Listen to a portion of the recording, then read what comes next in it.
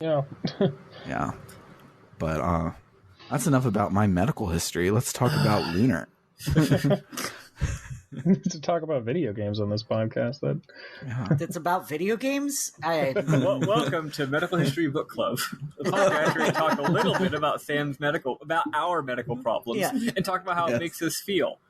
God, honestly, that'd be pretty dope. Just a podcast where we just bitch about our stupid brains. I'd be down. I saw a TikTok that was like, I have an idea. Let's trick all these white men into therapy by convincing them it's a podcast. That's funny.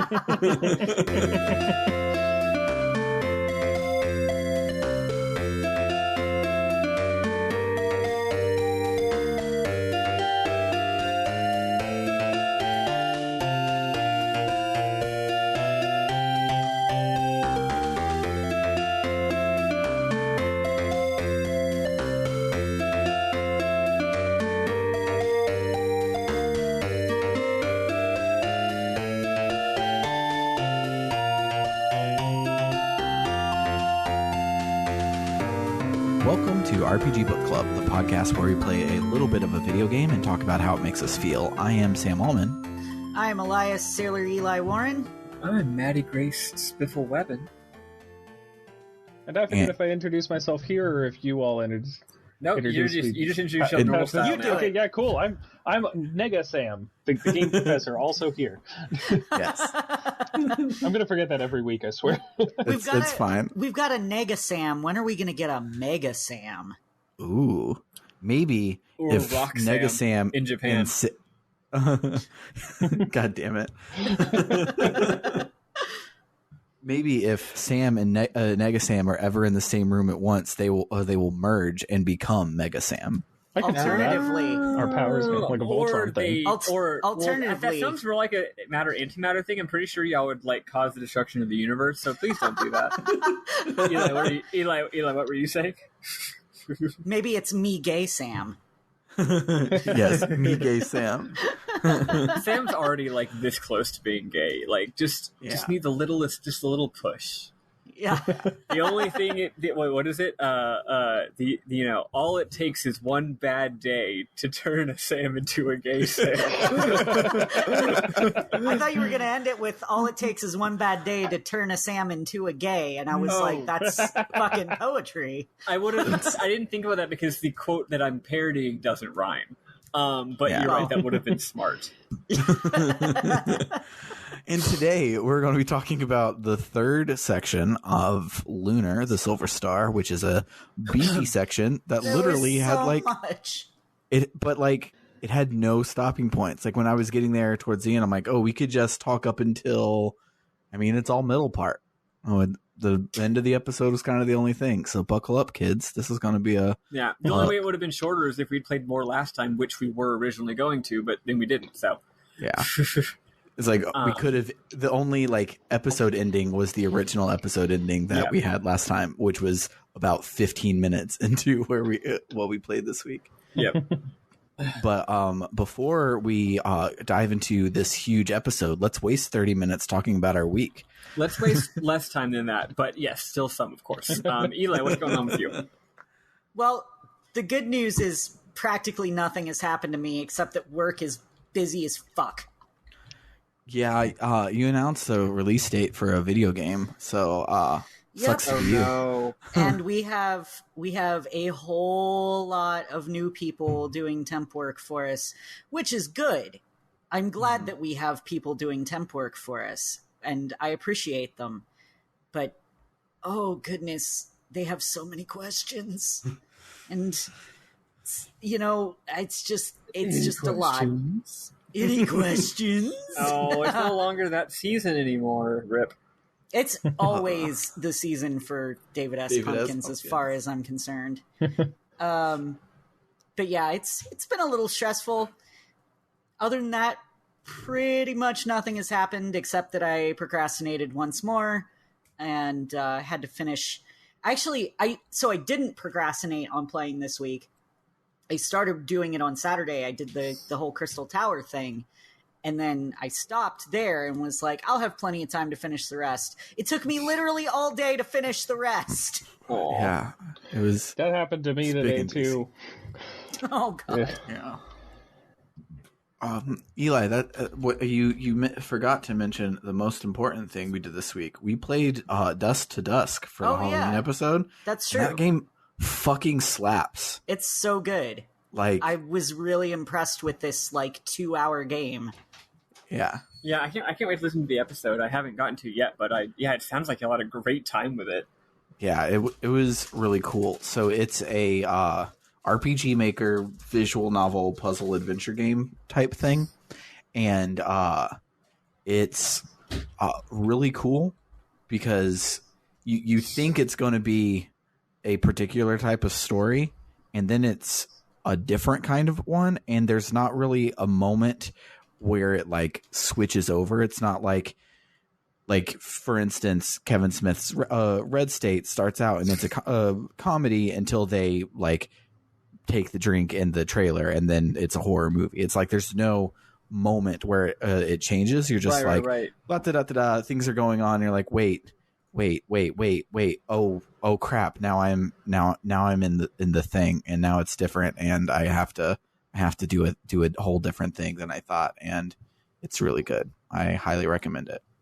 And after we posted it, Brittany Avery herself drunk tweeted at us.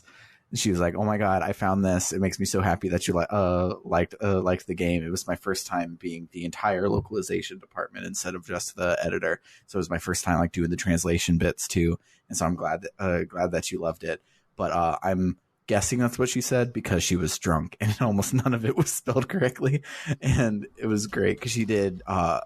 She was streaming that night, and it was take a shot every time she doesn't get such and such in Grand Blue Fantasy, and so she took a lot of shots by the time she had listened to our episode. But it was great. So shout outs to Brittany. Thank you for all of the Trails games and all the other games that you've worked on, and thank you for Dusk to Dusk. But, it was great.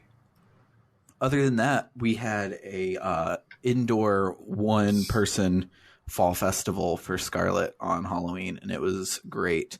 We had bobbin for apples, and we ate caramel apples, and we painted pumpkins, and lots of cute little things like that. The highlight of which was we stole a tradition from Easter, and we made little ghosts out of tissue paper with candy stuffed inside and hid them all over the house. So she went on a quote unquote ghost hunt instead of a egg hunt, but it was great. That's adorable. Love parental adventures. They're great. Everyone should have one. What about you, Maddy? I had a very busy week last week, as I believe I mentioned. I was phone banking every single night for 3 hours for a good week and a half. And at the end, all the California chapters of DSA have been kind of working together on this ballot prop, which is really cool. Statewide level coordination isn't something we've done a whole lot. But at the end, LA put on an event. It was basically the Zoom equivalent of a secret show. I guess it was a secret show, but on Zoom. No, it wasn't on Zoom. Sorry, it was on Facebook. It was on YouTube. It was an unlisted YouTube. But it was a live show, and it was basically it was to thank anyone. In order to get the link, you had to either donate to the campaign or make calls. So it was sort of a thank you for donating or making calls show, but it was also for fundraising even more. And it was LA's cool, man. I don't know. They have different political terrain than us, but it's LA, right? So they have all the comedians and the musicians and the Hollywood stars, which is kind of cool. So it was this show with a bunch of cool musicians and comedians. Just it was one of the stupidest things I've ever seen in my life, and I mean that in the most positive possible way. Everyone was just goofing it up, being stupid, interviewing these people impersonating, people doing impersonations and having good musical guests. Just a dumb variety show. But also at the end of the variety show, they said who the top 10 callers were, and I was number 6 in the entire state. So nice. That's the important part of that story. I made a fuck ton of phone calls. Anyway, then I took a couple of days where I wasn't doing any political work because I needed to take a break because I'm going to be back at it tomorrow. On Saturday, I watched 5 Halloween movies. The marathon that my friends were doing was 9, but I was only able to be there for 5 of them. And they were, with one exception, it was 2... Honestly, no, it was 1 fucking incredible movie, 2 really, really, really great movies, 1 good movie, and 1 boring-ass movie. So it was a real good combo. I had a great time. And yeah, that's pretty much it. And now I'm here, and tomorrow I'm going to be doing more stuff and being busy. So I'm glad to be here, glad to be podcasting. Nice. What about you, Negasam? How was your week? Yeah, it was mostly uneventful until this weekend. NaNoWriMo started, so sure did. Yeah, so I'm doing that. It's kind of a lot, but yeah. And then today was just kind of shit, but that was just a whole number of ridiculous things, including some of which we are going to actually be talking about because it involves this game. It's just that, in addition to wasting a whole lot of time on some inaccessibility nonsense in here, I ended up planning on doing the game plus some writing while I was at work, but then I wasn't able to because of all the time spent looking for stupid bugs in the game. And then so I didn't get any of that done. I was going to finish the part of the game when I got home, but then I left my PS Vita at work, so I had to go back and get it. It was just a whole bunch of stuff layered on top of general anxiety because of time of recording the elections tomorrow. So, yeah, if you are listening to this tomorrow morning when I post this, and you have not voted, you should go and vote. And since the lines will be real long, you can just listen to us talk about Lunar while you're in line. And the bonus episode, if you haven't listened to that one yet either. And the bonus episode. Yeah, there's a lot. You can listen to our backlog, check out the Xenogears season. There's all kinds of stuff you can do. Yeah, and vote. Voting is important. Mm-hmm. Yeah, get your Pokemon Go to the polls. God, the worst. But speaking of things that are not the worst and are very important, let's talk about how our Pokemon learned the HM Fly super early in this game, and we will start talking about this game. Transition.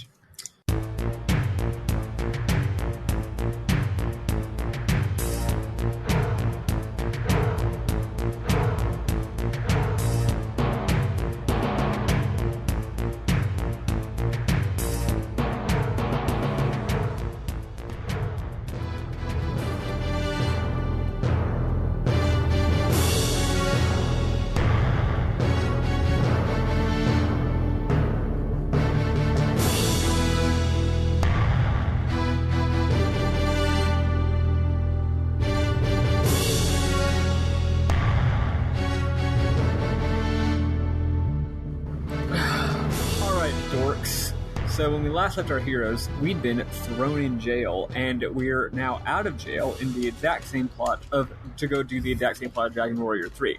No, I won't stop joking about that. It's really funny to me. First, we go to the Silver Spire in order to get the... I know this isn't the same for y'all, so first, we hightail it over to the Silver Spire in order to go up to the top of the spire and get the magic mirror thingy. I forget what it's called. We're just calling it the magic mirror thingy. In order to get in, we have to use our dragon ring and Mia's Althena's pendant. We go through a pretty breezy little dungeon with good loot and cute ghosts. The ghosts are bad guys, to be clear, but they're cute. Okay, so now we have a special mirror which will reveal the truth.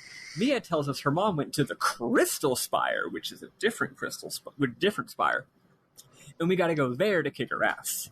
So remember that scary door from the Cave of Trials? Mm-hmm. Well, there's a secret passage to enter the Crystal Spire through that scary door. So we backtrack to the cave, which is now super easy, and go through the scary door.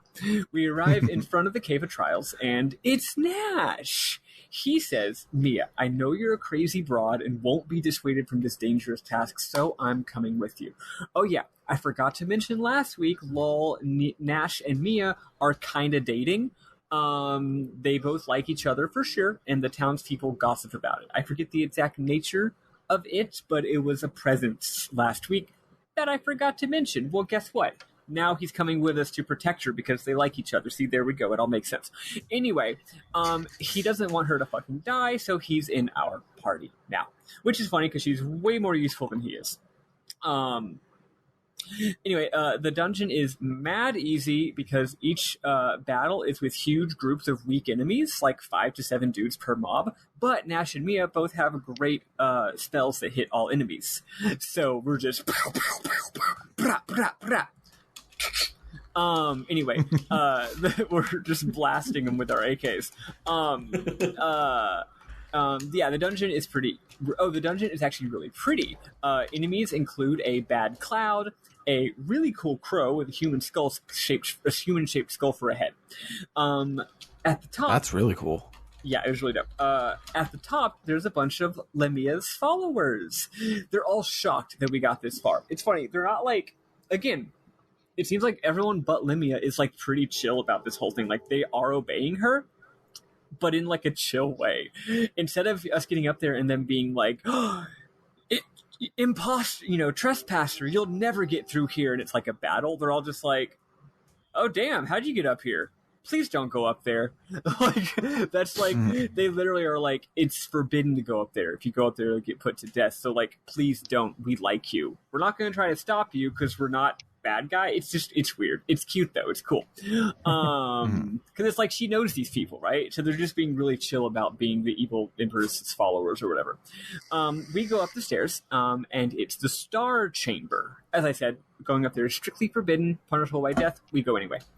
The Star Chamber looks cool as fuck. There's foreground stuff with like constellations that are like, what's it called? Parallax style moving over your character. Very cool. We talk with evil Lemia, and she says, you'll be put to death for this. Mia says, fuck off. My real mom would never speak to me that way. We use the mirror to reveal the true form of the imposter. And, oh no, she's hot. She is the extremely hot Zenobia, head of the Vile tribe. She says she would have gotten away with it taking over all the Magic Guild if it weren't for us meddling kids and our stupid flying tiny dragon. She teleports away and leaves us 2 demons to fight. Pretty easy, but I did game over for the first time ever because, sometimes the first time you're fighting a battle, you're like trying to find out what the weaknesses are, so you don't really know. So I did die for the first time ever, and then the second time I just owned him. How was this boss for y'all? Was it difficult and or interesting? I don't think our games have synced up yet. I don't remember. Did we have a boss there? I don't remember a boss there. Like a couple of dogs or something, some sort of like demon monsters. Yeah, that's what ours. Mine. Yeah. So mine worked. We didn't fight her. So she walked away. Yeah, it was basically a nothing fight because I don't remember it at all. Gotcha. Yeah, but so the way that ours differs is we get up there and the gathered masses are there. And these being a couple of like high-ranking, a couple of high-ranking of Lemia's officials, Lemia herself, and Galleon. And before we walk in the room, they're all just like evil and shit. And then we walk in, and we're like, "You're an imposter." And she's like, "Yeah, I was hot the whole time." And then her advisors were also hot the whole time. And then Galleon was like, "Oh my god, I can't believe it. I was totally tricked. I'm not the evil emperor because I was totally tricked by her. She must be the evil emperor. Don't look at me. I'm not being incredibly obvious that I'm the evil guy." And so they teleport away, and Galleon joins our party at level 99. No, I was just about to get to that. So that's all almost the same as mine, actually. I do feel, though, real quick, like it's also worth noting that her other two henchmen were people that we knew and had seen, because one of the women was the person who Nash had us talk to, or who Nash was talking to briefly in Meribia, and the other one was, you know, the lady who was running the shrine, who Jessica didn't remember. Oh, yeah. So, like, both of them we had met before, and they seemed suspicious, and then, you know, they showed up along with fake Lemia. They were all like, hey, we hot women are secretly hotter women and evil. And that's the secret. Clad too. That's the secret. Every hot girl you see is secretly an even hotter girl, but she's evil. Maddy, is that how it works? Well, I was thinking that, like, yes, I relate, because I too have pretended to be someone who wasn't hot and then revealed that I was a hot girl. But you're saying that I actually have another form where I'm also evil, is what you're suggesting. So we'll have to see. We'll have to see if that bears out. I'm interested to find out. Keep us in the loop. On one hand, I don't like the sound of me being evil. On the other hand, I do like the sound of me being even hotter. So it's hard to say if it's bad or not. It's impossible to say, in fact. Anyway, so it wasn't actually too different. So, like, as I mentioned, after you do this, Galleon is like, fuck, I was so deceived. I didn't see this coming at all. Me, a good person. It actually is a lot more subtle in my version, for the record. He says, fuck, what do we do now? Actually, honestly, it's believable enough to where I was like, oh, I guess I was wrong last week when I thought he was bad. Like, or maybe, I don't remember, but it definitely is not super obvious. I just remember, was similar to me too. Like, I had, well, I'll talk about it later with moments, but yeah, I also kind of fell for it. Because, like, he got tricked makes enough sense, you know? I did remember something else important, and correct me, because this might not. Never mind. No, it happens later, and it happens later really cool. I was totally wrong. I was conflating two big hot girl scenes. Yeah, that's later, yeah. Anyway, so he's like, oh, what do we do now?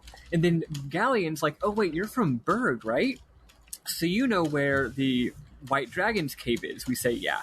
He says, well, shit, let's go back there and ask for his advice. We would need his advice and his strength to build up our defenses against xenophobia.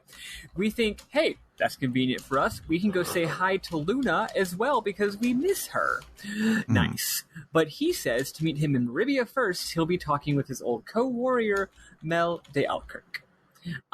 So we go to Meribia. There's a lot of new dialogue, but the main one is, hey, remember the shady shopkeeper? He's gone, and his shop has been bought by a mysterious new merchant. Inside, the shop is really fancy, featuring a dancing girl even, and good stuff for sale. But the merchant owner is gone. Who could he be? Over in Universe B, we already know it's our shitty friend Nathan. I forgot his name and refused to look it up because fuck that guy. So at Meribia, we go into the palace of Mel, and unlike before, we can now go upstairs. There's lots of fun dialogue in this area. Some of them are my mim moms, but don't worry about it. We go talk with Mel, and we notice, fuck, Jessica standing right next to him. Woo! Jessica is shocked and pleased to see us, but she acts as if she doesn't know us. It's literally like, she initially is like, oh, you!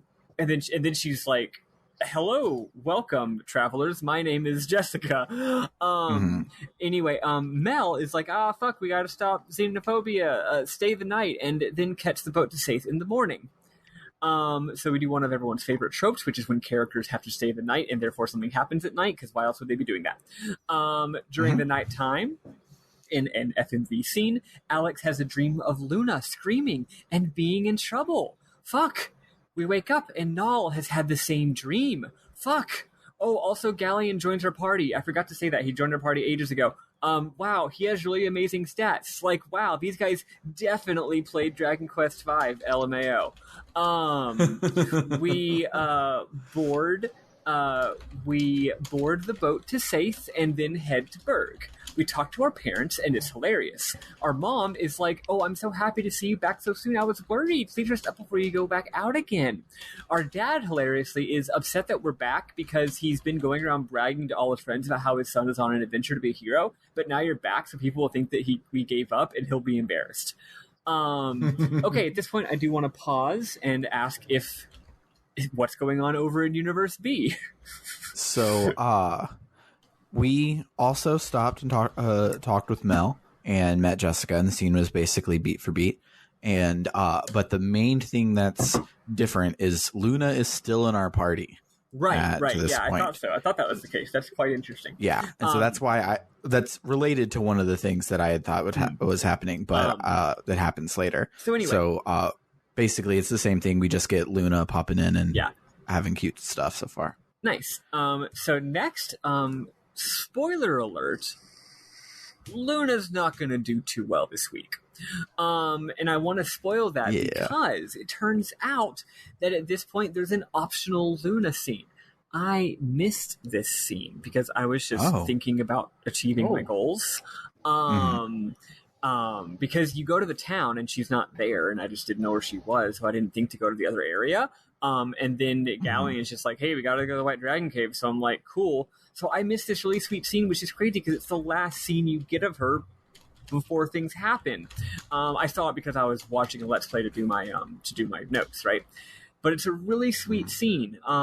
You see her and she's just like, "Hi." And again, this game's just really open with its emotions. They're not like hiding shit. She and Alex are both just like, we really missed each other. They're both just saying how much they miss each other and they love each other. We introduce Gallian and she's starstruck. She's like, "Oh my God, it's Gallian." She says that she's been having terrifying dreams lately, but she can rest easy knowing that we're back. We'll obviously protect her, especially with Gallian at our side. And she says, then she says, "Please come home soon. I'll cook us all a delicious dinner." In so doing, she breaks the first law of being in a fictional character, which is, as we've discussed often, never ever referring to something happening in the future. Nope. So don't do it. So we go to the White Dragon Cave. We go through the cave and we get to the dragon's chamber. As we approach, literally, like, we go into we like do the screen transition, and then we're in a little tunnel walking up to the dragon. After walking through the tunnel, Gallian just goes, "Alex, I've been thinking. You know, the dragon tribe and Althena are central to our world.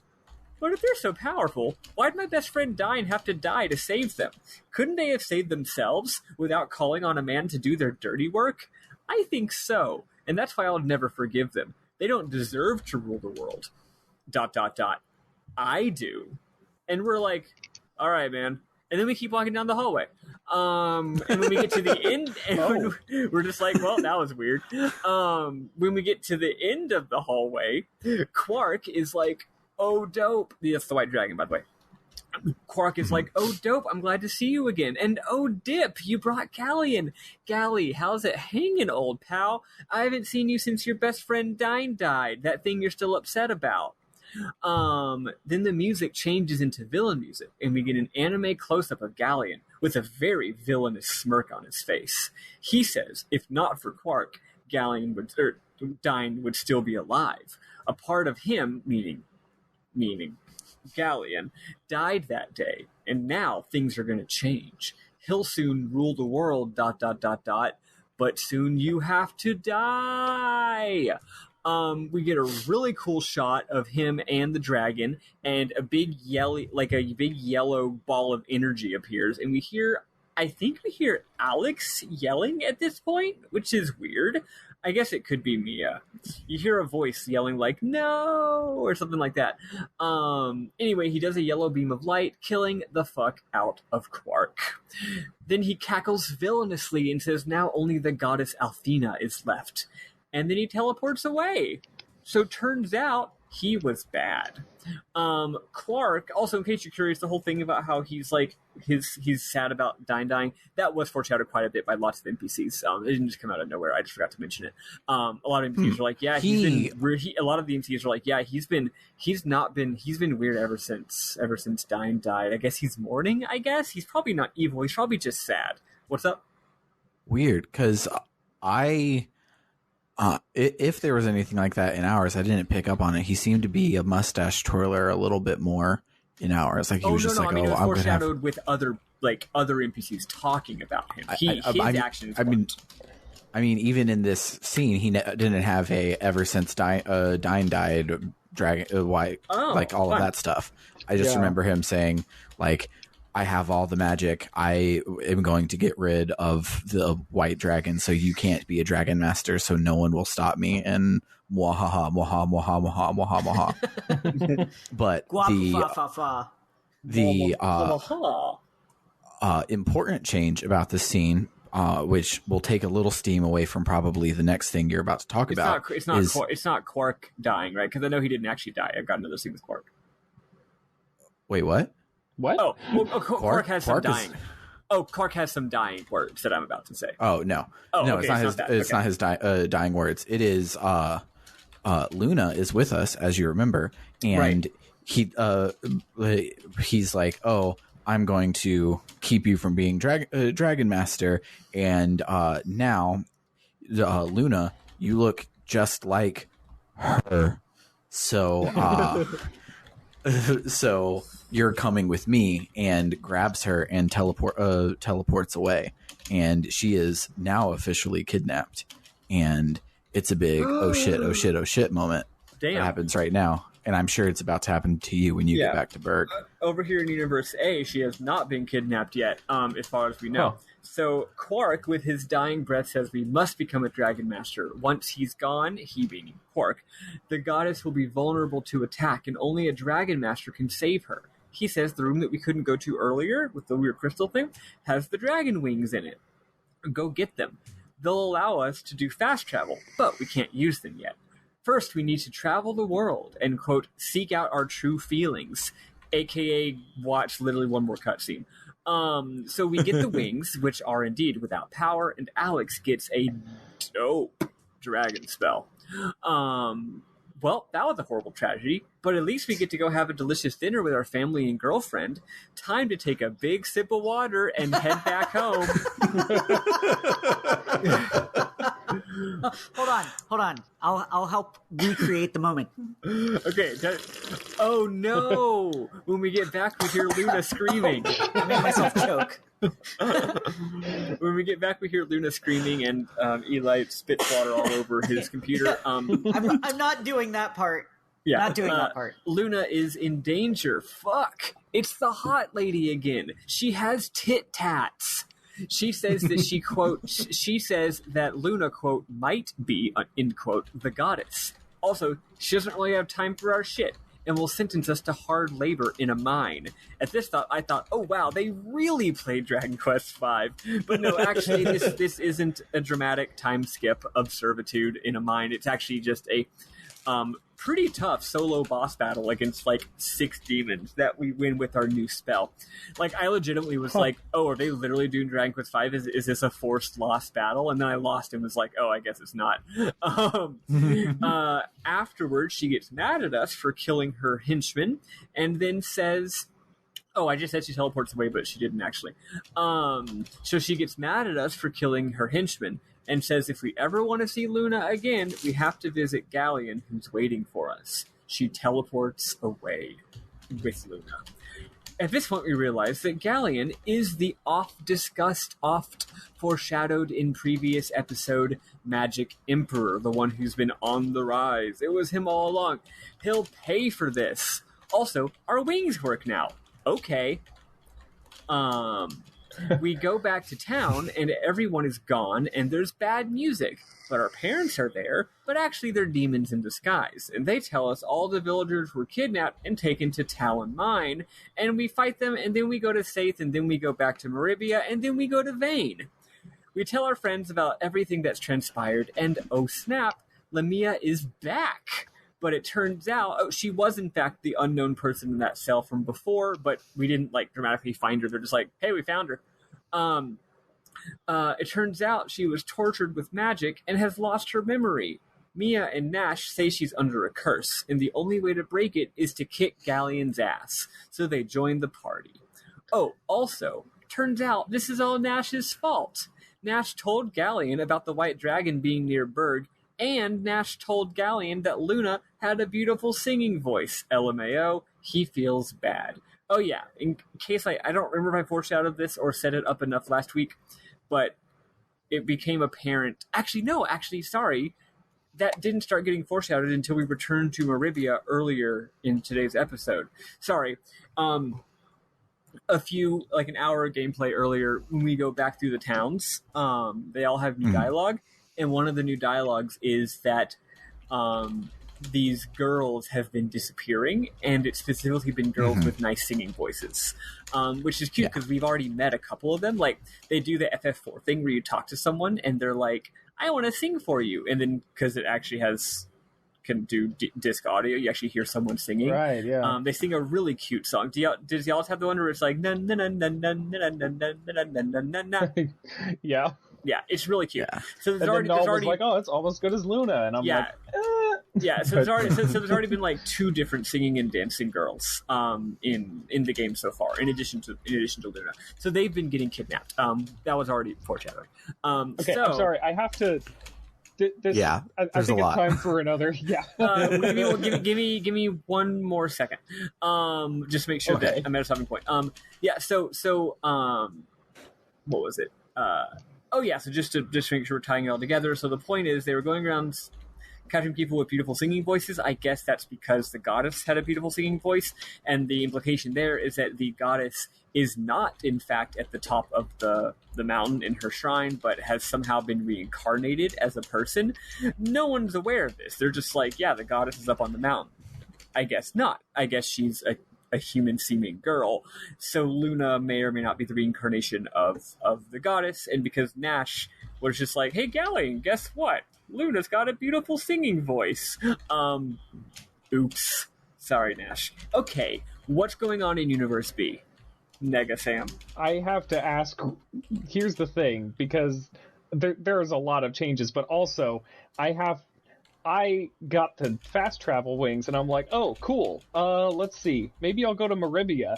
That's where I'll go with the fast travel wings. So I have no idea if any of the stuff that you said about Berg is true in our version. Is it? It is not. Okay. Everyone is okay in Berg in our version. Huh.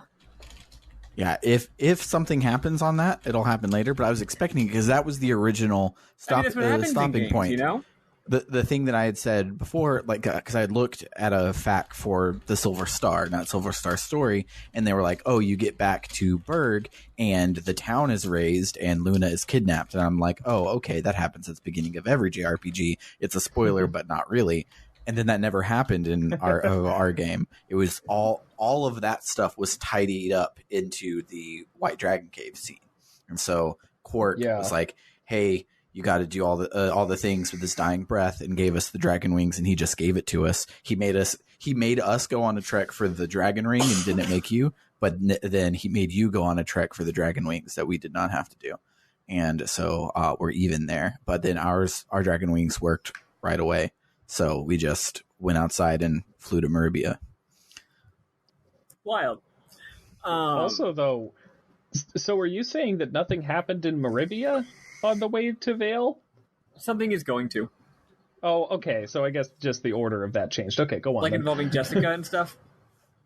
Actually, so there's a lot of... It's non-linear. The next 4 plot beats, you can do it in any order. Really? This game is really non. This game gets this game has this week has 2 different sections that are large non-linear sections. So I'm just going in the order that I played. That was, like, if it would have gone differently had I gone somewhere else first. So okay, cool. Yeah, your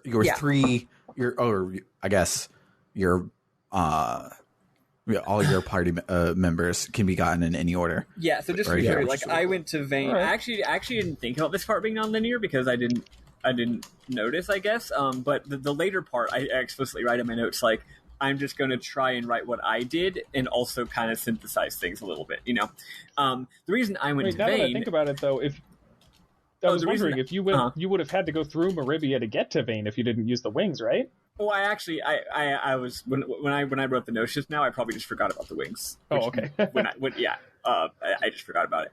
Also, for me, you can go through Meribia, and the thing that probably happened doesn't happen. You have to go activate it. You have to seek it out.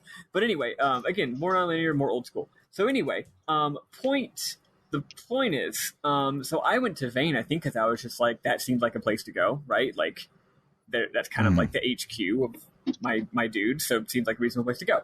And I was right. But then, after this point, I was really stuck for a long time. I wanted to get through that tunnel that the bandits guard. Oh, yeah, so now our goal is to get to the interior of the continent, through that tunnel. I wanted to get through, but Kyle still isn't back. After a lot of going around, I remembered that he and Jessica have a thing. So we go back to Meribia to find Jessica. Oh, so we go to Mel's mansion and go upstairs, and also bad music's playing now. And oh no, Mel has also been turned to stone by Galleon. Fuck. Jessica says she's also coming with us to kick Galleon's ass. That's it. That's all it is for me. Cool. Did we have a scene where we saw Mel get turned to stone, or was that off screen for us as well? I feel like we saw it, but I mean, we not only had a scene of that, Meribia was like under attack, and we had to fight our way into there and stuff. That's what it was. And then Jessica showed up, and Mel's like, "No, this is too much for you." And the lady there tried to kill Jessica, and Mel jumped in the way and turned to stone. Yeah, no, I missed all that. That my character that all happened off screen for me. Wow, that's wild. Yeah, but anyway, we had a whole thing. But anyway, she do be joining our party, thank goodness. Yeah. So now, first of all, we have a whopping 5-person party, which fucking rules. So wait, Alex, Mia, Nash. It's 4 for now. We're about to get 5. We finally we go back to the Nanza barrier. Kyle's back. He's actually a major character with a portrait and stuff. We tell him what's up, and he says Jessica is insane to try and defeat xenophobia with such a ragtag bunch. He's coming with us to protect her. Jessica says, "You sexist ass. I knew you were going to say that. Good, let's fucking go." So he joins our party, and now we have 5 party members. Unfortunately, even though he was being sexist and implying that Jessica was weak and stuff, he does, in fact, have fucking incredible stats and is way better than everyone else, so his concern was, in fact, justified. Turns out he was right there. Now is a great time for us to sync the universes back up, because here is where Hot Girls B and C show up and reveal that they have been kidnapping songstresses. And there's more Hot Girls in yours? God damn it. Yeah, I picked the wrong version. Fake Limia, fake Facia, and fake the other girl that Nash was talking to. I forget who. Are those characters just not in the Sega CD version? Because I thought we had talked about them before. Not yet, I guess. No. Only Zenobia, who was previously, who was pretending to be Limia. I guess she is the leader of a tribe. Mm-hmm. There could be other ones that I maybe forgot about, but I don't think they've shown up. Maybe alluded to, though I could just be misremembering. I could just be mixing it up with Universe B, so who knows? Yeah, so Hot Girls B and C are inside of Nanza, and they're terrorizing this girl who's been rumored to be a songstress. And we're like, oh my God, we have to go help her. So we approach her, and an FMV starts, and you have like Vile Tribe about to beat up this girl, and the girl looks up, and it's this girl is wearing drag makeup and a Princess Peach dress, and it's fucking Kyle, who is like protecting the actual songstresses there in his town by pretending to be the songstress so that he could lure them and beat the shit out of them. And that's how we get introduced to Kyle, and it's great. That's cool. I love it. Yeah, Kyle's actually really good. His stats are amazing. Actually, I'm not actually sure if his stats are amazing. I do know that, okay, so at this point, Alex and my other hardest hitter, Jessica, are both doing like around 40 damage per hit, and they're hitting usually twice per turn, so that's about 80. Kyle's literally doing about 80 damage per hit and hitting twice per turn. He's literally twice as good as them, and has farther running range. Wait, no. Yeah. Probably about the same as Alex, but more than Jessica. Jessica has a short running range, which is annoying. But I'm not actually sure if he's actually stronger, because the thing is, I think I told you last week, I've basically been never buying any equipment because shit's too expensive in this version of the game. The money isn't balanced very well. I never have enough money. But also the game's easy. So I'm just like, why would I spend money on a new sword if it's a lot of my money and I don't need a new sword? So I literally haven't bought equipment for my characters since like the first town. So it could just be that Kyle comes equipped with a way better sword than everyone else does. Though occasionally, although I do still find stuff in chests and dungeons and stuff, but not a lot. Like I don't even know what my character equipment is, because sometimes I get a new thing in a dungeon and that's it, right? Or maybe Kyle's just way stronger than everyone else. Who knows? He fucking rules, though. So we finally have reached the interior of the continent. So we got a few locations. Going to lay it out. First, we got the outlaw town of Reza. We got the sort of more intellectual village of Iluk, where weirdos and scientists live, I guess. We also hear tell of a volcano, what a red dragon cave is at. We also hear tell of a dude named Dagon, whom lives in a tower near the volcano and knows everything. We obviously think, well, shit, if Dagon is so important, we'd better go talk to him. We better go talk to this. If he's so Dagon important. I was about to say we better go talk to this dadgum Dagon Dragoon. Shit, I got there first. I did it. I've successfully interrupted. Good job, Sam. Sam, I mean Eli. I'm so sorry, Eli. Eli. I apologize. Gave Sam my credit. Oh, I stole your valor. So this shit gets really open to do. But if I'm not missing anything, here's sort of how I did it, but condensed and hopefully easy to understand. So as soon as we get to Reza, I went there first because it was the first town that I found, right? As soon as we get to Reza, someone steals our shit. Oh no! We explore the town and find out it's basically Australia, aka a former prison camp, but now a shady outlaw town. We find that the guy has fled to the basement of the bar, which is the Thieves Guild. But we're not allowed into the Thieves Guild because we're not in the Thieves Guild. So we explore and, oh shit, we meet the cool guy again. I forget his name. What's the name of the cool guy? Lake. His name is Lake. I didn't forget it. We fill him in. He says if we want to beat Galleon, we need to be must stronger, but also mere strength isn't enough. He also tells us if we want to get the dragon armor, we should talk to the inventor in Iluk, because he knows how to get to the Red Dragon Cave. So we talk to the bartender to join the Thieves Guild and go down there to get our shit. So here's how we join the Thieves Guild. From what I understand, it's a lot more work in y'all's game. We talk to the bartender. It's like a weird joke I don't get, but he's like, oh, you want to join the Thieves Guild? Well, if you want to do that, you got to do a task for me. See that treasure chest over there that we had previously noticed was locked? You need to open it. So we go over there, and there's like a little cutscene, not a cutscene, it's a scripted scene, where Kyle is like, I'm so strong, I'm going to open it. So it's a lot of like her and of him trying to open it.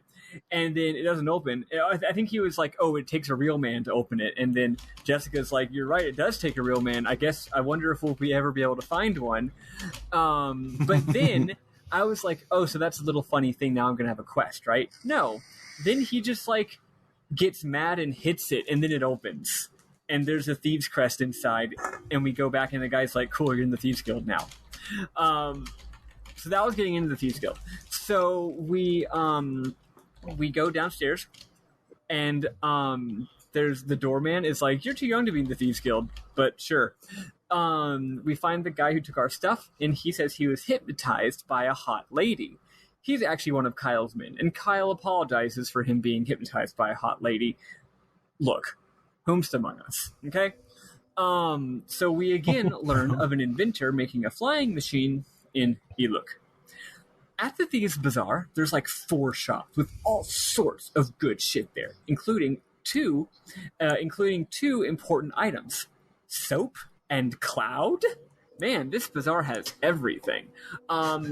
So soap is for an optional scene, but we do be needing cloud.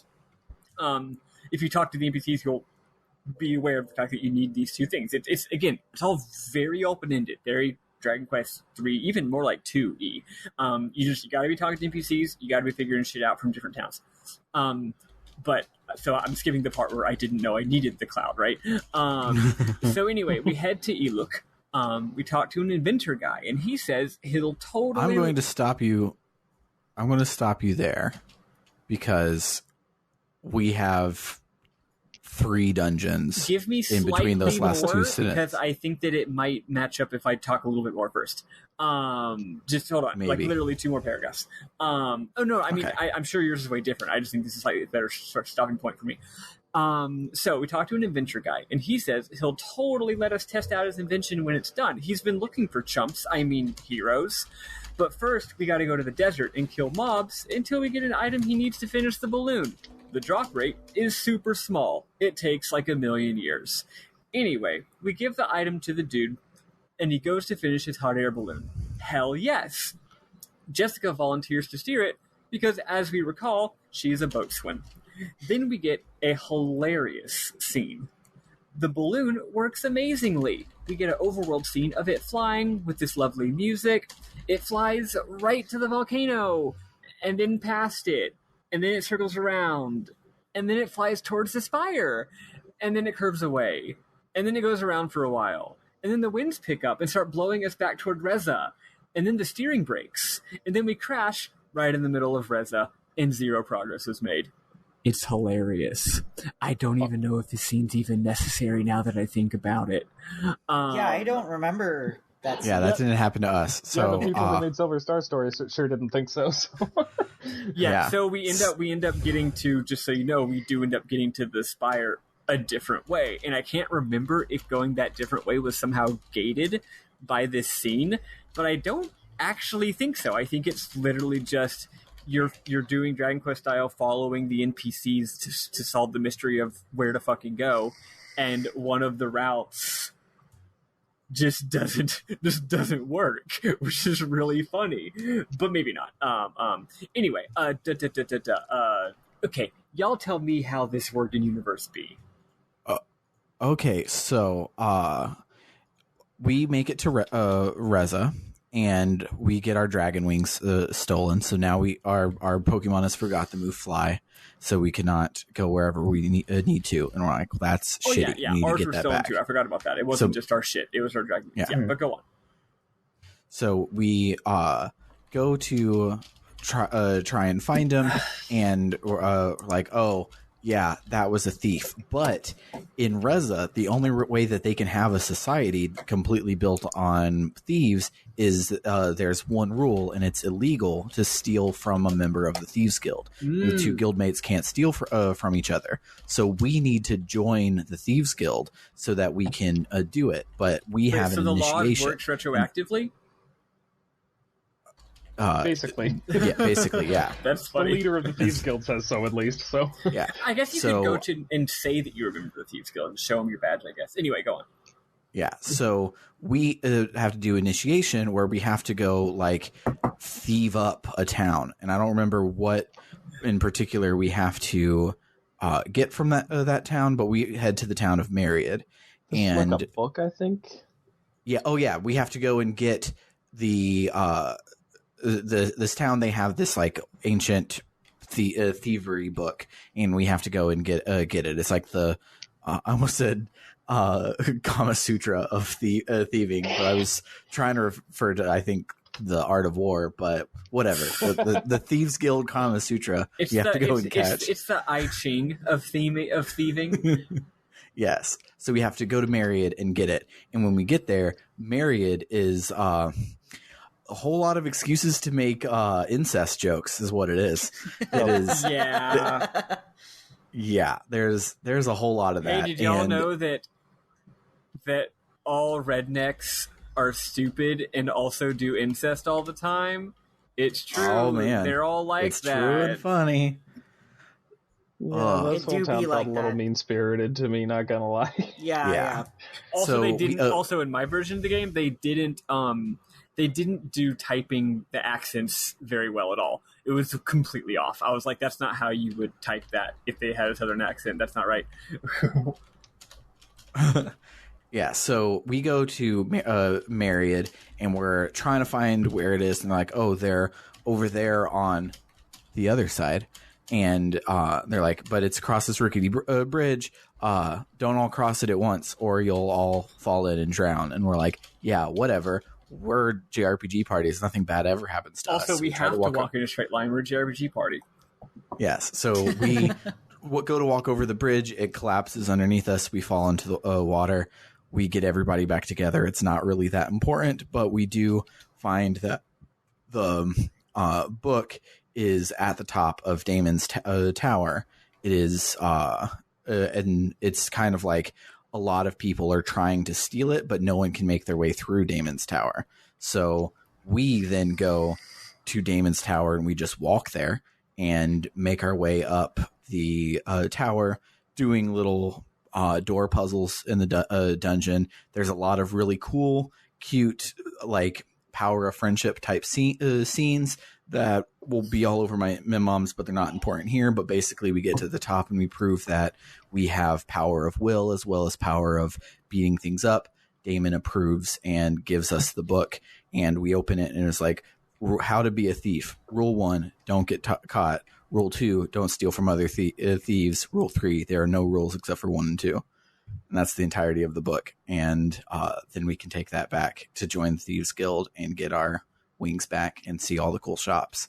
And then a scene happens where Hot Girl Z, one of the other ones, kidnaps a girl in front of our eyes. And this little bitty girl was a songstress, and she gets kidnapped right there in front of us. And we vow to get her back. And to do so, we have to go and catch so we vow to get her back, and we're like, but what can we do? And Hot Girl, thankfully, as she's leaving, taunts us, because all of them have kind of been taunting us that they can see our future and we're going to die in the future. And they're like, oh, the red light that you're hoping to see will soon go out, and there's nothing you can do to stop it. I can't wait until I get to watch you die. And we're like, the red light, that's obviously the red dragon. We have to go there. And then one of the people there is like, the only way over would be if you had a flying machine, which I stole these blueprints from somebody in Iluk. You can have these blueprints, take them there, and he'll make you a flying machine. You've like hopscotched, like jump frogged way past me now, so it's gonna be very confusing for people. You should have stopped at the tower. Anyway, okay, so that's where we're at. Okay, so back in Universe A. Okay, see, this part's so open-ended. I thought we probably should have just done it all at once. Anyway, whatever. Because we haven't even fully caught up necessarily. Oh man. Yeah, it's like we haven't caught up, but we're past it. You have, because I only have a little bit left. Yeah, but we also haven't done any of the balloon stuff yet, or equivalent of your desert dungeon. But anyway, let me do my part. So. I forget how we figured this out, but by doing more exploring, we learned there's another town to north called myriad. It's a redneck town. This town was actually already there, but I didn't notice it until now, so it wasn't part of my thought process. Fun fact: I was streaming this, and around this time, actually a bit before this point, I started doing. It was really late, and I was really tired. And I started doing a Texas, like a really strong Texas accent just for fun. And this is before I got to myriad, so it was kind of funny. And I was way into it by the time I got there. So I was like, yeah, I guess this is just how it is now. I'm streaming. Hello, I'm redneck today. So the lady tells us not to cross the bridge because it's weak, but we do it anyway, and it collapses, and we all get swept downriver, and then our party is separated, and we gotta explore the town to find them. It's funny. A dude in this town tells us another way to get to the spire. Go south until we hit the coast. And then there's some kind of weird hill that's obviously a sea monster of some sort. If you're me, you did already notice this ages ago, but couldn't find any way of interacting with it. It's just it looks weird. Turns out you gotta play a pretty song to wake it up. And it so happens that we have a harp. We go and do that, and yes, turns out it's a giant sea turtle. We ride on top of it, and great music plays, and he delivers us where we want to go. Damon's Spire. So we climb Davmon's Spire. Kind of an interesting dungeon with some cool puzzles, actually. The aforementioned door puzzles Sam mentioned were in my game as well. At the top, we get to a huge library. There's some books you can read, but they're really not that interesting. We meet Damon. He says he's the guardian. Yours aren't interesting? I'll bring that up in Bombs. If they were interesting. We meet Damon. He says he's the guardian of all the knowledge of the world and will help me find Zenobia. She'll appear next in Reza, and her next victim is Lily. Fuck! I forgot to talk about Lily, but when you're exploring Reza, when you go down to the Thieves Guild, Bazaar, there is another girl whom sings. So right after that, I'm thinking, oh fuck, she's gonna get kidnapped. But apparently, our characters weren't far enough to think about that because we had to have Damon tell us. So he says, oh fuck, she's gonna go get kidnapped. So we hightail it back, but we're too late. We confront Zenobia, and she says, fuck you, and teleports away with Lily. The good news is, not only can we teleport to the spire, but we can teleport to the top of the spire, right next to Damon. Nice. So we go back, but he doesn't actually offer any advice. He's just like, oh, that sucks, dude. Go get the dragon armor. So then we just walk to the Red Dragon Cave, which is near the spire. Remember that cloud I mentioned earlier? We got to use the cloud to cool the lava and make a path to enter the dungeon. Whatever. But we do. And we go through the dungeon, and we meet the Red Dragon Spirit just as it's fading. He says, welcome, take my shield.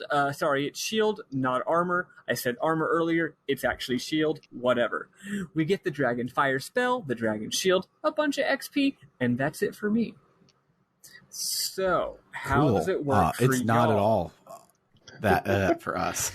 So, post Damon's Tower, So we have a whole lot of really interesting books that set up the lore of the lore, as it were, where it's like, oh, these are the prophecies that Dine fulfilled type thing, which is pretty cool. And according to new friend Nameless in the Discord, it is heavily ties it into Eternal Blue, which is really cool. But we read to our heart's content, and then we take the book back, join the Thieves Guild. Lily gets kidnapped. We got to take the flying machine. So we go to Iluk, and we show the guy the blueprints. He's like, oh, I can totally make these for you. I just need a fluffy bug. And we're like, okay, cool. We can get you that. So we talk to the botanist who opens up his garden for us to go catch fluffy bugs. And I see what they were trying to do, but they didn't try hard enough. So one of the NPCs says that even he can't tell the difference between puffy bugs and fluffy bugs, and only fluffy bugs will work. And so it's trying to tell you that it'll be a subtle color difference, but it's like the puffy bugs are like 255 purple, and the fluffy bugs are like 253 pink. Oh, and really? It's like Mine, barely.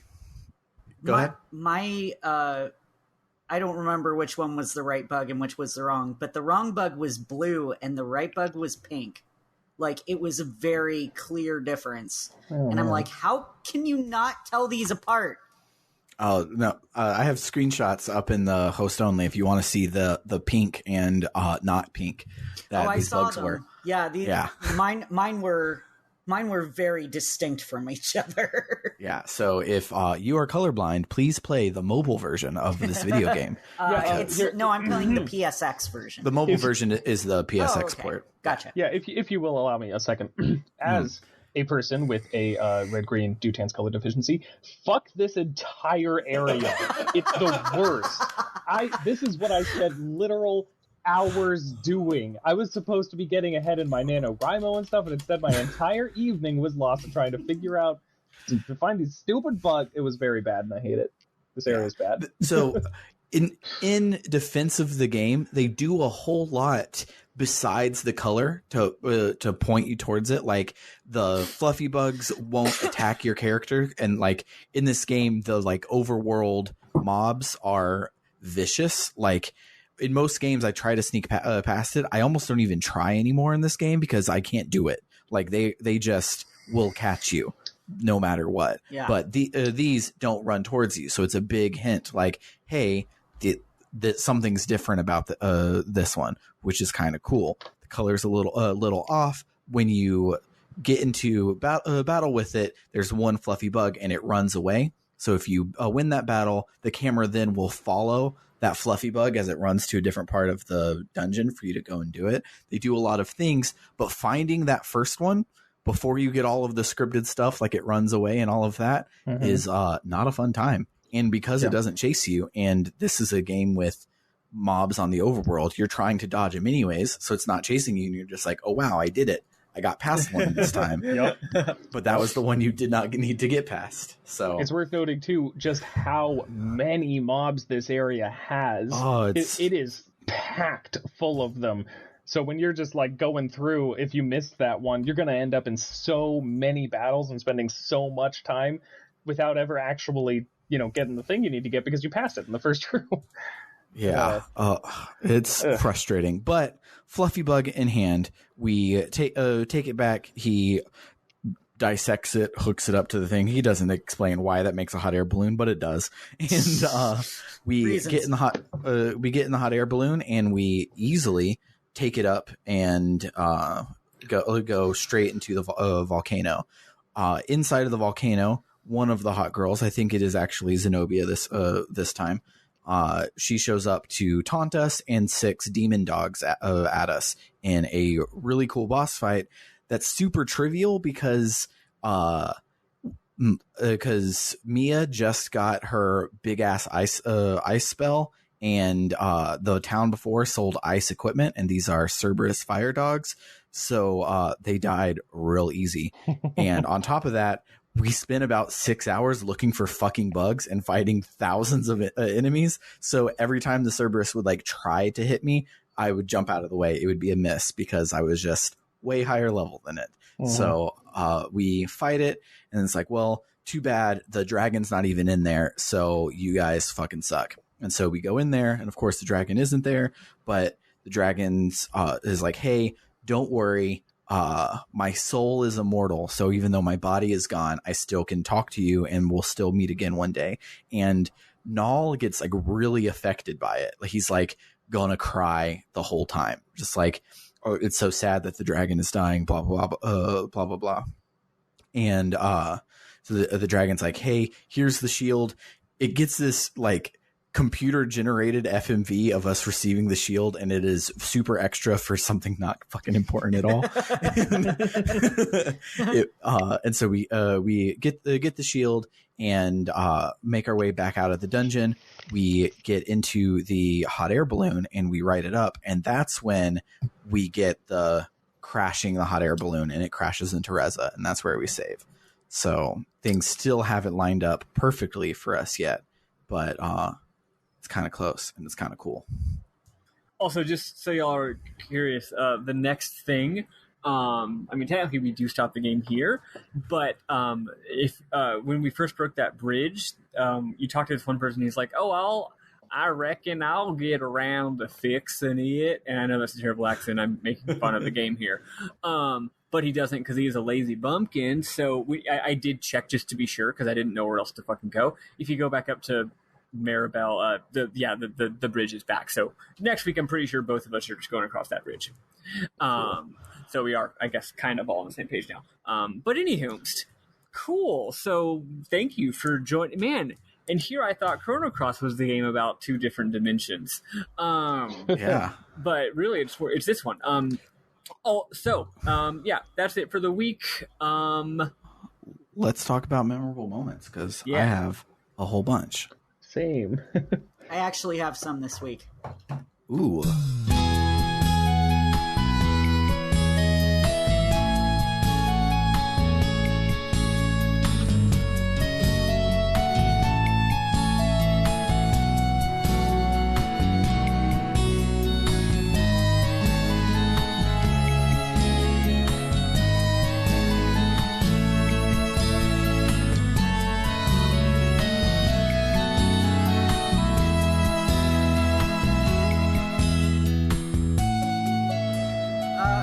So, this game is horny. This game is really horny. Kyle mentions at one point that he needs protection, and Jessica thinks he means condoms. He corrects her and says no, he means a shield. Kyle also makes a remark to Royce at some point, and I forgot to write the exact line down, but he says something about using his tongue, and she's like, maybe later. I was just like, whoa. In Damon's Spire, so when you're doing the thing where you have to make the sculpture, if you can go through all the different characters and see what they make, and Jessica makes a pendant, but Kyle says it looks like an IUD. How would they even have those at this in this time period? I don't know. I don't know if working designs. I wouldn't say that this is in a particular time period because it feels like it's a totally different universe. So their technology may match up in some ways and may not match up in others. So I don't know. I guess in this world they have intrauterine devices. I guess, sure. And then there was also a mention at the Thieves Guild of being able to get something at the Quickie Mart, which is spelled exactly like it is in The Simpsons, and that made me laugh. Wow. But yeah, I thought there was one more that I didn't write down. Oh, that's right. I have a screenshot. Sorry, 1 second. When you go into the Thieves Guild finally, and you go to get the Dragon Wing staff back, the guy who stole it from you says, "You're that Kyle? Well, spank my bottom and call me a pinky." And I was just like, "No, I won't be doing that. Thank you." Yeah, that's what I got. That's great. Negasam, what do you have? Well, I guess I'll start by continuing off the "this game is horny" trend, because I also had a couple notes on that front. One is that there is a girl in Saith who is like obsessed with Alex after they all like saved them from the boat monster earlier. And when I went back to Saith, like to bring Galleon to Berg, I talked to her, and this is like the model, at least. This is like a little girl, like a 10-year-old girl with a crush or something. And she says that Alex keeps getting hotter, and soon she won't be able to contain herself. And Null tries to bring attention to himself instead, but she just says she's not a cat person. And I quote, "Alex is the only one who melts my butter." Ew. So. Yeah, that happens. You know what's not a sexy food? Butter. Yeah, for sure.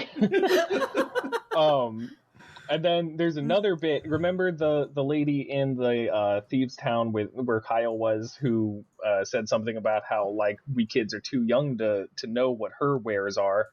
Once you get Kyle in your party, if you talk to her again, she'll say that same thing, and then Kyle's like, "Why are you looking at her so weird? She sells herbs to relieve constipation." So I guess that's what that actually is. That's so good. Yeah. And then I guess on a more serious note, but still relating to how horny the game is, so obviously Jessica's best character, right? Just like in general.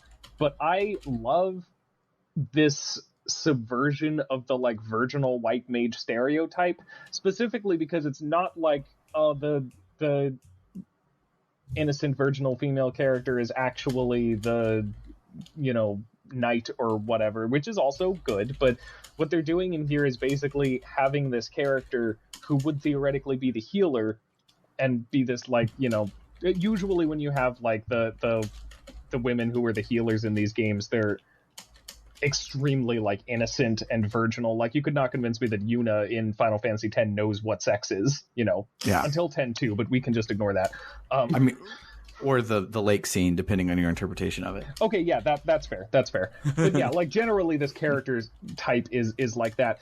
Jessica is 100% not like that. She's very rebellious. She definitely fucks. Like, we know these things about her character and her characterization, but she still can be the white mage. And I just really like that like, we have not just a subversion of the character type, but basically still that character type, the white mage, but she doesn't have to be that, like, you know, perfect innocent little girl character to play that, you know, dope party healer role. I like that. I think that's cool. Yeah.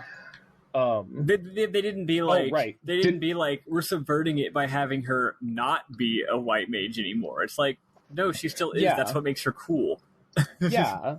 I like, because I've seen that other subversion a lot, and it's always great also, but just this, I don't think I'd seen this type of subverting that role, and I liked it.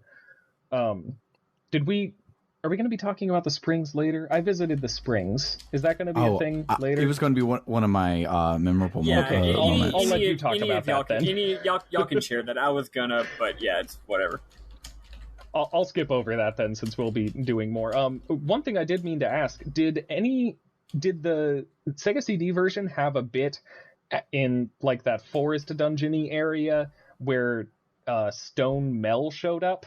And then, like, when you get to him, he turns everyone except Jessica to stone, and then basically says, like, hey, look, you can't do this, just join me, it'll be fine. And she basically gives into it, and then Kyle just fucking breaks out of the stone from sheer will and is like, Mel would never ask his daughter to join him in death, I'm gonna beat you to a pulp, and then does. And it turns out it was one of the evil women, like, disguised as Mel or whatever. But that, like, whole thing, did that happen in the Sega CD version? None of that happened. No. Wow. Yeah. Okay. Yeah. It was really cool. It frankly doesn't make any sense that Kyle would be able to just break a stone spell out of sheer will, but it was cool. And that was honestly the first moment that I was like, I kind of like this guy, actually. Yeah. So yeah, that whole thing was interesting, and I liked that scene. Let's see. Okay, just two other things, I think. Okay. Oh, no, wait, sorry. Three other things. One super quick one. After Mel is turned to stone, one of the people, the asshole dude who owned the shop that now works for Ramus, if you talk to him, he said that the shop had considered selling Master Mel's stone-washed jeans, but it seemed inappropriate under the circumstances, so they didn't. That's really funny, actually.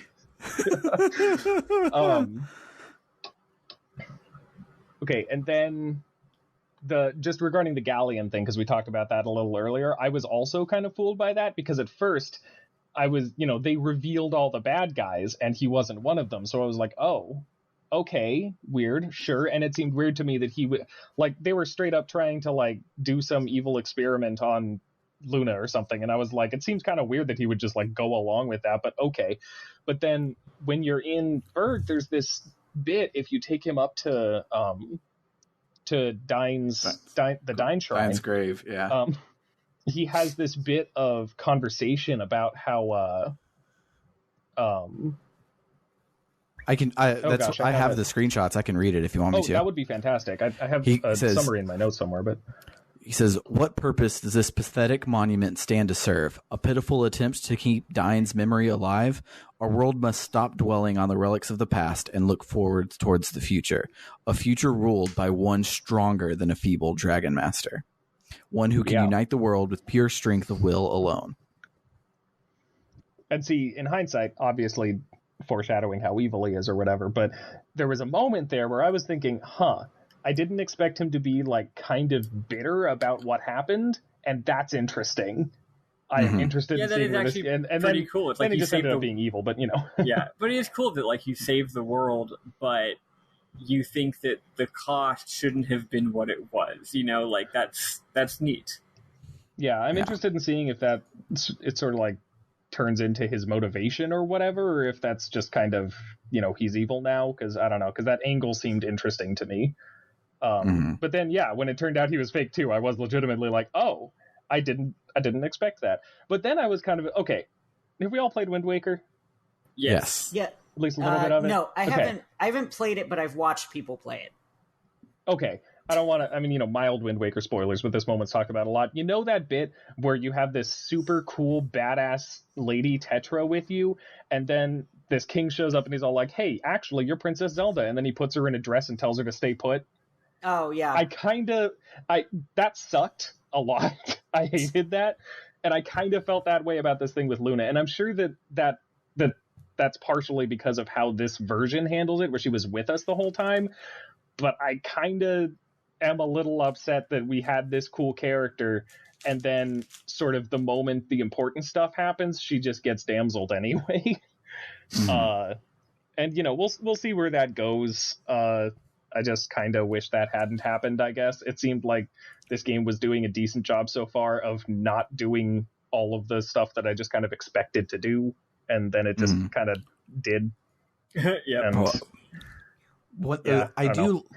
I do like it on a purely gameplay level though, because Luna is OP as shit. Her limit break is a full Pokemon center.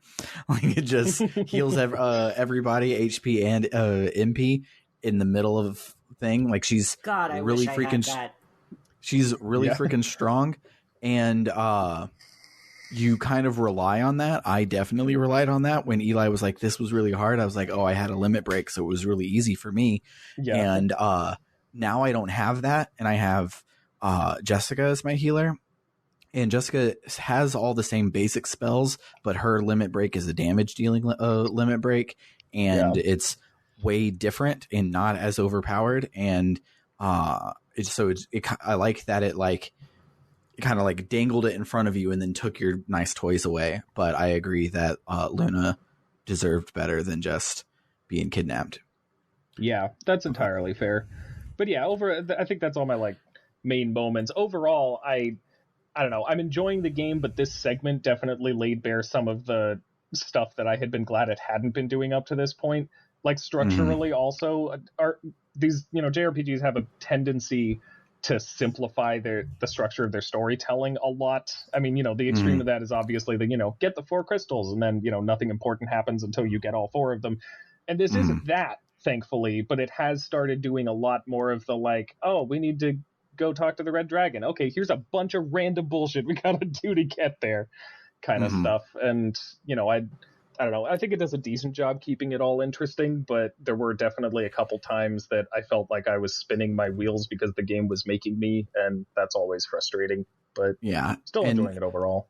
Yeah, so our second nonlinear section is not nonlinear for us. It is a strict sequence of cause to effect, and I wonder if I wouldn't have had that feeling if it was nonlinear for me. Yeah, just more like I didn't feel like there was try to figure out where to go. Yeah, I didn't feel like there was any wheel spinning because it was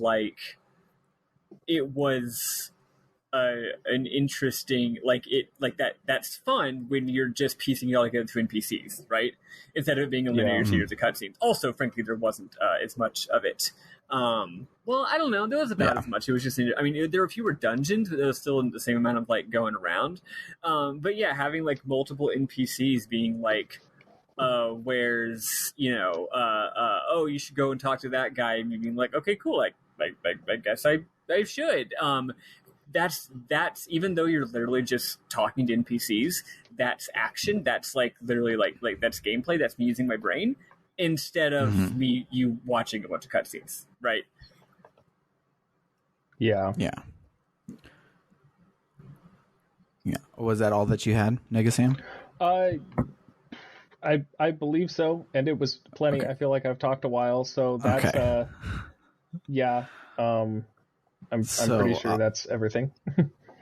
So in Berg, there is a second optional scene where if you take Galleon to Luna's little spring thing that she always hangs out at, you can take him there, and he'll hear Luna singing while they're there. I think this is after you spend the night and you have to go get Luna in the morning or something like that. Maybe, I don't fucking remember. But you walk up there, and Galleon is oh, she's singing Althena's song, which is cool, but also, why are they then abducting songstresses? Showing this to us at this point of the remake kind of makes the plot not make sense, but whatever the fuck. Yeah. It's if you know you have Althena, why did you kidnap Lily?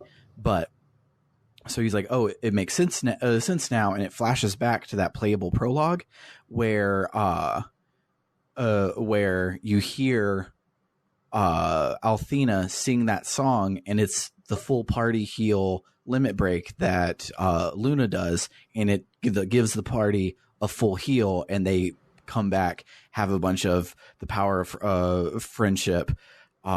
This song isn't just empty. This is the song that taught us about joy and sadness and blah blah blah, and now we're going to kick your ass. And he remembers it, and he mutters under his breath, no, you and I are not the same Eiffel, which was the name of the bad guy that they fought before. Right. And if I remember correctly, when I was reading today, is Eiffel does not appear in either of Maddy's game or Eli's game.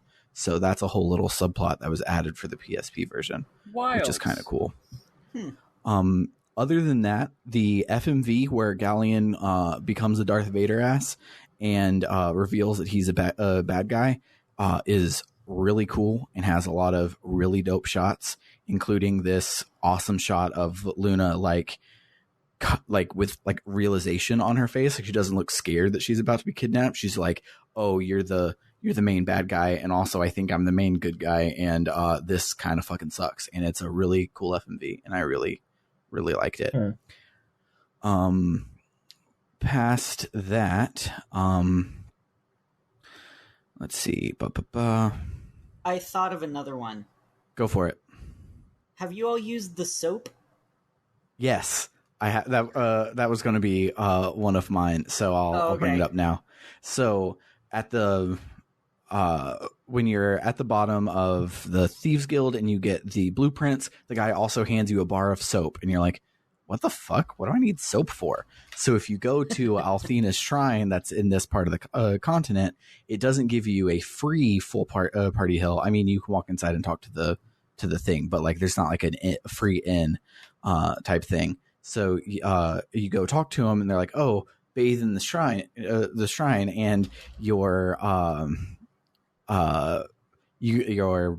dialogue choices are, yes, my body odor is getting to me, or no, this underwear is only a week old. So if you have the soap in your inventory and you say, yes, my body odor is getting to me, you get a sexy hot spring scene, but it's only the guys, and you get to see Nash's butt, and it's great. It's barely censored.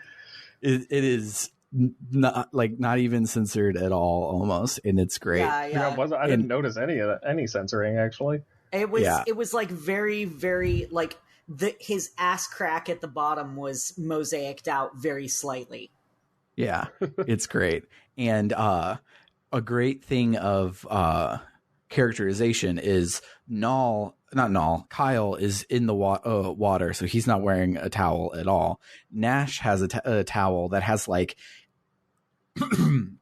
excuse me, has like 8,000 hair products in it because his hair has that coif, and so he has like 7 bottles of shampoo on it, and Alex is just rinsing with a pitcher. And then when you see Nash's butt, he's staring at himself in the mirror, and it's great. But let's see. I didn't get that. I saw Kyle's ass very clearly. Oh, you saw Kyle's. I guess maybe it shows a different ass every time you bring it soap. Yeah, apparently. So when I use a guide for this, and it's a good guide. It's not an IGN guide, because it has taken me every step of the way. Beautiful guide. Mwah, thank you.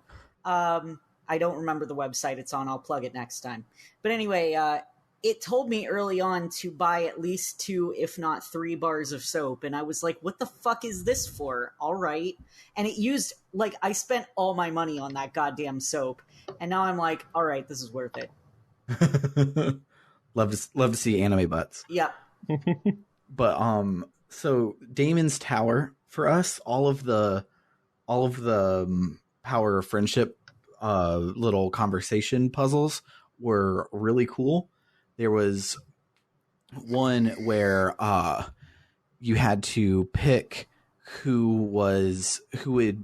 be directing the others to create the sculpture, because it was this huge wad of clay, and you only had a certain amount of time where you could do it. So you couldn't just one person take forever. You all had to work together, and you could have gone through and picked all the wrong answers. The right answer is Alex, but I had only done Jessica is the wrong answer at first, and she like makes this jewelry thing or whatever, and it's really really cute.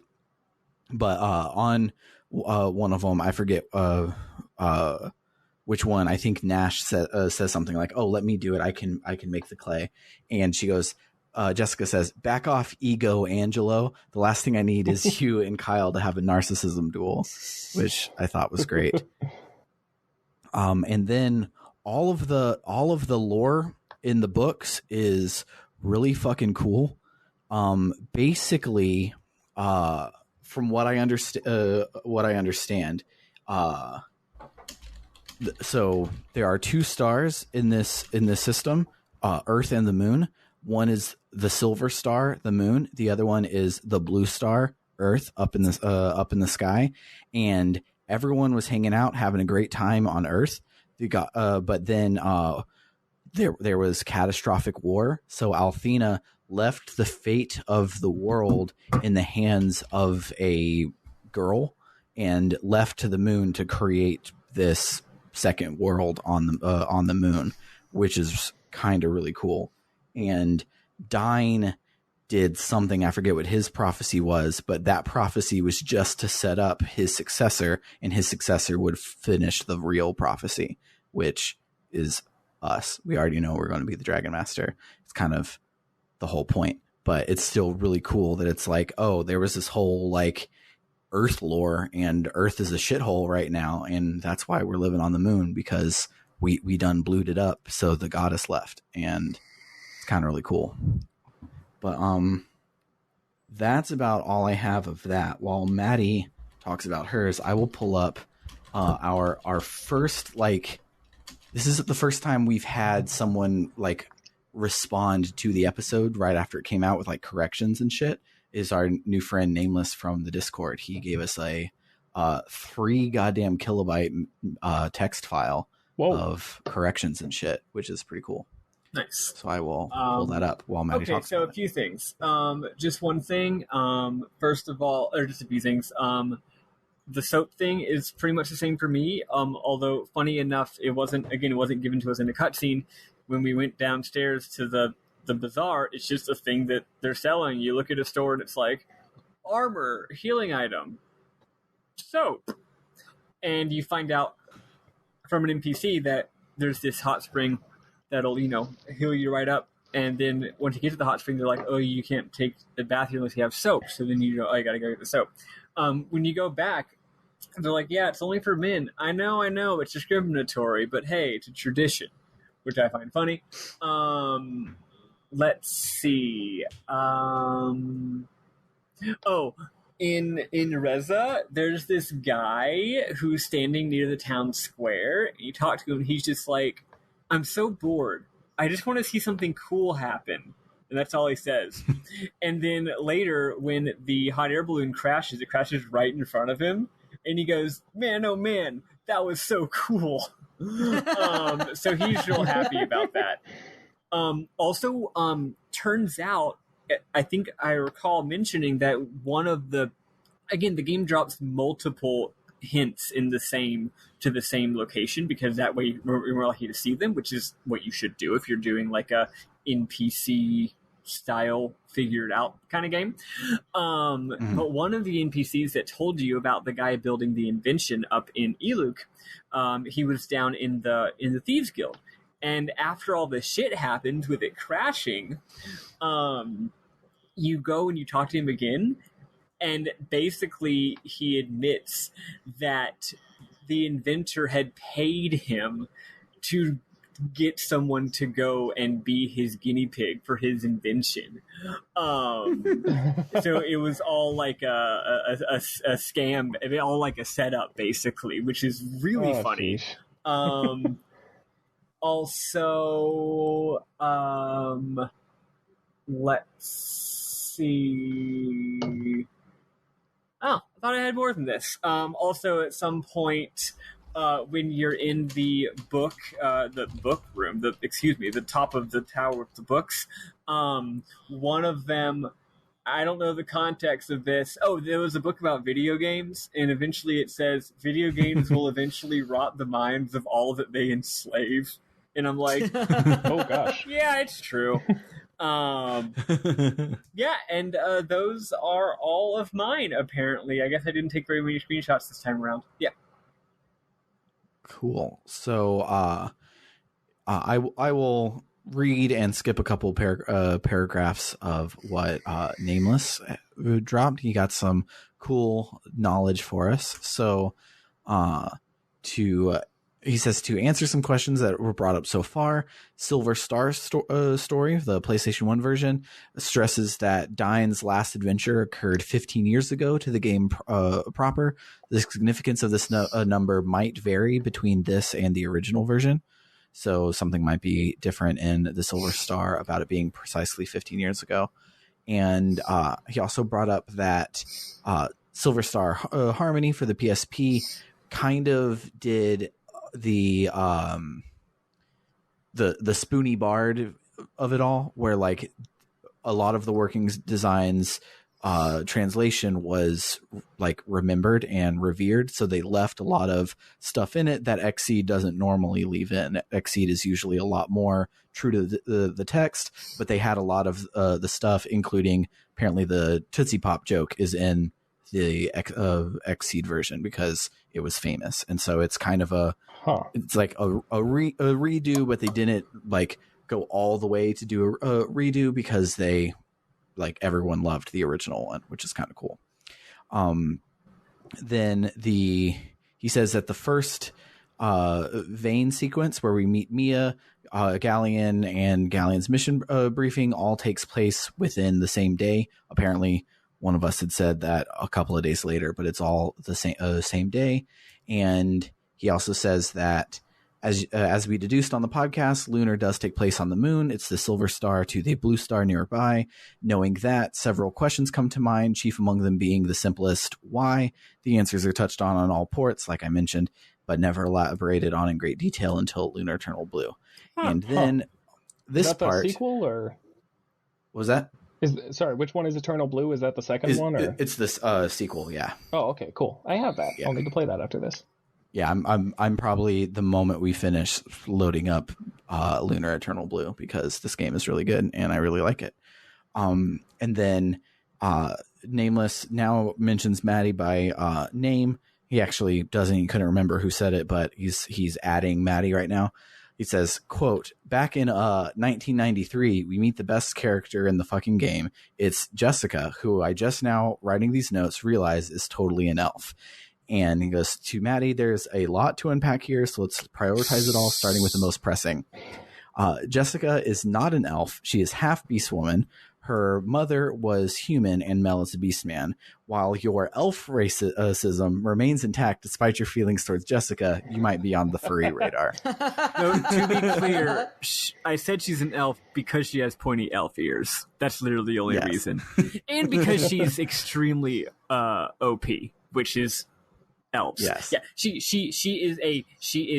is like, on one hand, thank you for the information. However, I knew what I was saying was stupid when I said it, so it doesn't count.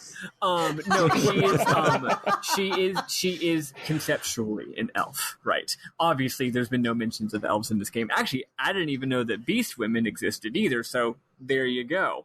Apparently, those are a thing in this game's lore. Nice.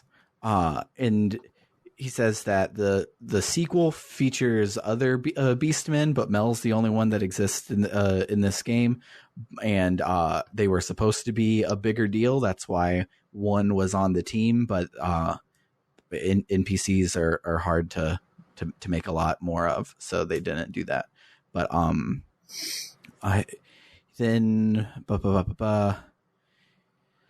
he says, in any case, I look forward to the rest of the episodes, both pertaining to Lunar and well beyond that. The podcast is entertaining so far, so thank you for that.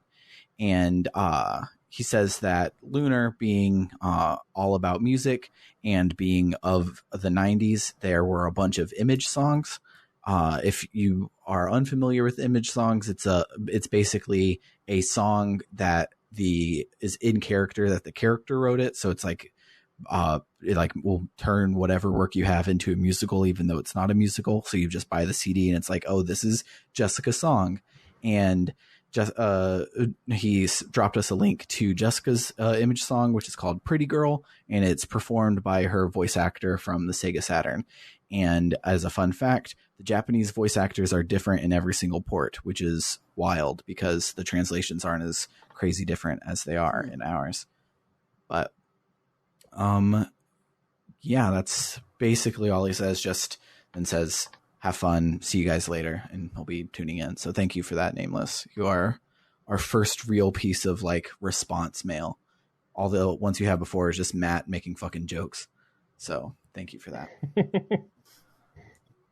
But if you would like to send us some stuff to read aloud, you can do so by hitting us up on our website at www.rpgbook.club. It has links to all of our socials, and you can come and join us and tell us all the stupid things that we said wrong, and we will read it and be ashamed on the podcast.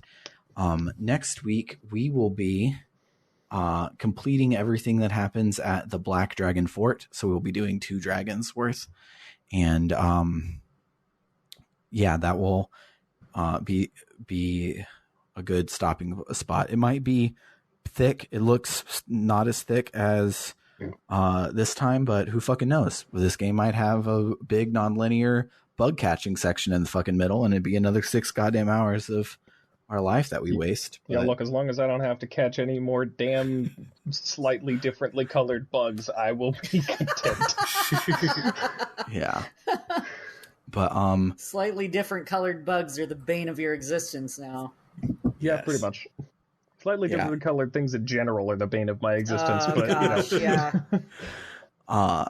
And also next week we will be announcing the next poll because we have 3 episodes remaining in our time through Lunar. And so next week we will be announcing the next block, and it's fucking dumb, guys. Like I'm excited for Eli to hate these games because everyone else will hate them too. It's not like yes, finally with Chrono Cross, it's like, oh, me and Maddy really liked it, and the average person really likes it, but for specific reason, Eli hates it. No, we're playing some garbage, and we've been wanting to play some garbage since we started the podcast, and we're doing it next week. Bullshit. So, thank you. Once we're done recording, I need to. This is not the first time you foreshadowed this, and I need to ask you what it is once we're off recording. Yes. To be fair, to be clear, I am probably going to think that it is great. Yes, I will probably really also bullshit, think it's great. or you really like bullshit. Exactly, that's what I'm saying. Yeah. So super stoked on that one. But I just want some fucking vindication finally. Yes, we have done so good at earning our 23,000 lifetime downloads that we are not going to get a single one more after this next series. We're like, well, never mind. We can't trust these guys anymore. We'll get way more because suddenly we've become like the angry video game nerd of podcasts, and people love that shit. But yeah. For this episode of RPG Book Club, I have been Sam Allman. I might be Sailor Eli. I'm Maddy Grace Webben. And I'm pretty sure at this point I am Nega Sam. So Toodaloo! Toodaloo, folks.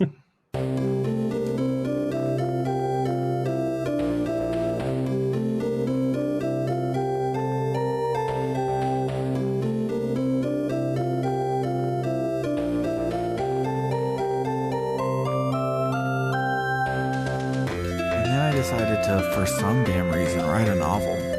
Why would I do this to myself? You utter fool. You moron. You dumbass. Me too, though, so, you know. Yeah. Who among us isn't a dumbass, really? Well, I'm a dumbass, but not for that reason. So far, my novel... not to be, but, you know... I'm a dumbass, but at least I'm not a dumbass writing a novel. Yeah. So my novel so far is really bad, and I don't want anyone to read it. But I told myself that my goal this time was not even to make 50,000 words. It was just to write stupid bullshit every day to make sure that I wrote stupid bullshit, because I haven't like written anything creatively since college. No, that's good. So this is just tip from when I did nano in literally high school.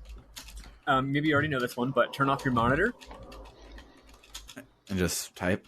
That way you can't see what you're writing, and you can't see if it sucks. And if you make a typo, you just fucking keep going because you can't go back and fix it. You literally just turn off your monitor and you just fucking vibe.